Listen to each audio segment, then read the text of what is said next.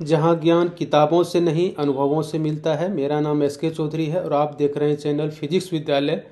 और आज मैं जो लेकर आया हूं थर्मल प्रॉपर्टीज ऑफ मैटर का top NEET PYQs of last 6 years 2019 से 2025 के बीच का सारे नीट पीवाईक्यूज जो टॉप नीट पीवाईक्यूज हैं वो मैं इसमें करवाऊंगा और एक्सप्लेनेशन बिल्कुल इजी रहेगा, विथ ट्रिक्स हम लोग इसको करेंगे। तो स्टार्ट करते हैं। ये क्वेश्चन है, इसमें कह रहा है कॉपर रॉड है जो 88 सेंटीमीटर का और एल्यूमिनियम रॉड है जिसका लेंथ नहीं दिया हुआ है, अननोन है, यही कैलकुलेट भी करना है लेंथ ऑफ एल्यूमिनियम रॉड।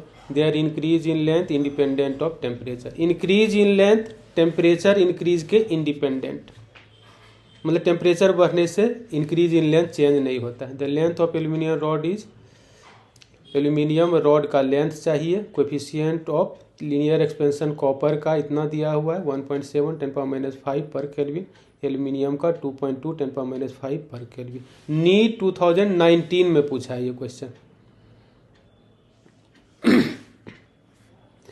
यानी डेल्टा एल फॉर कॉपर ये is equal to delta L for aluminium, ये इक्वल,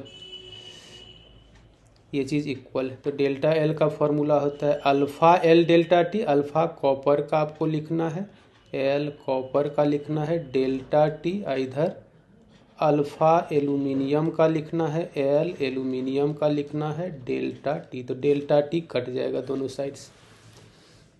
अल्फ़ा कॉपर का ये दिया हुआ है वो आप यहाँ रख दोगे 1.7 10⁻⁻⁵ और एल्यूमिनियम का जो लेंथ है 88 दिया हुआ है। अल्फ़ा एल्यूमिनियम का है 2.2 10⁻⁻⁵ और एल एल्यूमिनियम कैलकुलेट करना है।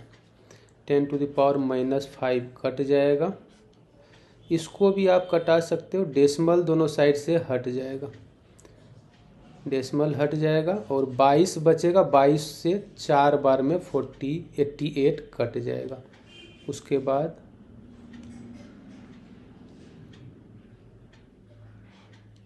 एक मिनट, एल एल्यूमिनियम आपको चाहिए, ये गुना कर देना है, डेसिमल तो हट चुका है दोनों साइड से। 17 × 4 68, 17 × 4 68 सेंटीमीटर। तो यही आंसर हो जाएगा, ऑप्शन ए इसका करेक्ट होगा। इस तरीके से हम लोग करेंगे क्वेश्चन को।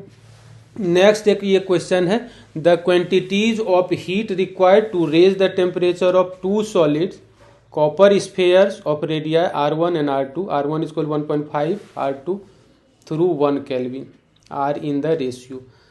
आपको हीट का रेशियो पूछ रहा है, हीट रिक्वायर्ड। हीट के लिए आप फॉर्मूला पढ़े हो, डेल्टा क्यू पहला स्फेयर बाय डेल्टा क्यू दूसरा, यही रेशियो चाहिए। मास पहला स्फेयर का अलग अलग होगा क्योंकि रेडियस अलग अलग है। m1 आप मान लो स्पेसिफिक हीट सेम होगा, ms delta T, delta T तो 1 दिया हुआ है, ये भी सेम है, by m2 s delta T same होगा क्योंकि स्फेयर कॉपर का बना हुआ है दोनों, और राइज इन टेम्परेचर सेम लिया गया, तो डेल्टा टी कट जाएगा, एस कट जाएगा ऊपर नीचे। मास के लिए लिखना है वॉल्यूम इंटू डेंसिटी, तो वॉल्यूम का फॉर्मूला होता है 4/3 πr³ pi r1 cube, density rho by 4/3 pi r2 cube, density rho. तो रो कट जाएगा ऊपर नीचे 4/3 पाई कट जाएगा, 4/3 पाई कट जाएगा। मिलेगा आपको यहाँ पर R1/R2 का क्यूब मिलेगा। R1 दिया हुआ है 1.5 R2, 1.5 R2/R2 इसका क्यूब, R2 कट जाएगा। 1.5 को आप लिख सकते हो 15/10, 15/10 इसका क्यूब। 5 से कटा दो, 5 × 15 3 और नीचे 5 दूना 10, 3 का क्यूब हो जाएगा 27, 2 का क्यूब हो जाएगा 8, यानी 27/8 यही रेशियो आ जाएगा हीट रिक्वायर्ड का। Delta Q1 by delta Q2 equal to 27/8, यानी ऑप्शन ए इसका करेक्ट होगा। उसके बाद एक ये क्वेश्चन है, कह रहा है the energy that will be ideally radiated by 100 kilowatt transmitter in 1 hour, यानी एक 100 किलोवाट का ट्रांसमीटर है और एनर्जी रेडिएट कर रहा है, तो 1 आवर में कितना एनर्जी रेडिएट करेगा। एनर्जी जो रेडिएट होता है, एनर्जी का फॉर्मूला एक होता है पावर इनटू टाइम।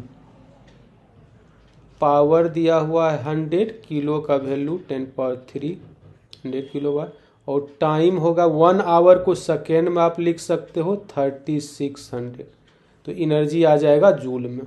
मिलेगा कितना 36 इंटू 10⁻2, 3, 2, 5, 2, 7 इन 10⁻7 एनर्जी एसआई सिस्टम में जूल में, यानी ऑप्शन ए इसका करेक्ट होगा। ये नीट 2022 में पूछा है क्वेश्चन। अब हम लोग वीडियो यहीं एंड करते हैं। नेक्स्ट वीडियो में हम लोग करेंगे थर्मोडायनामिक्स।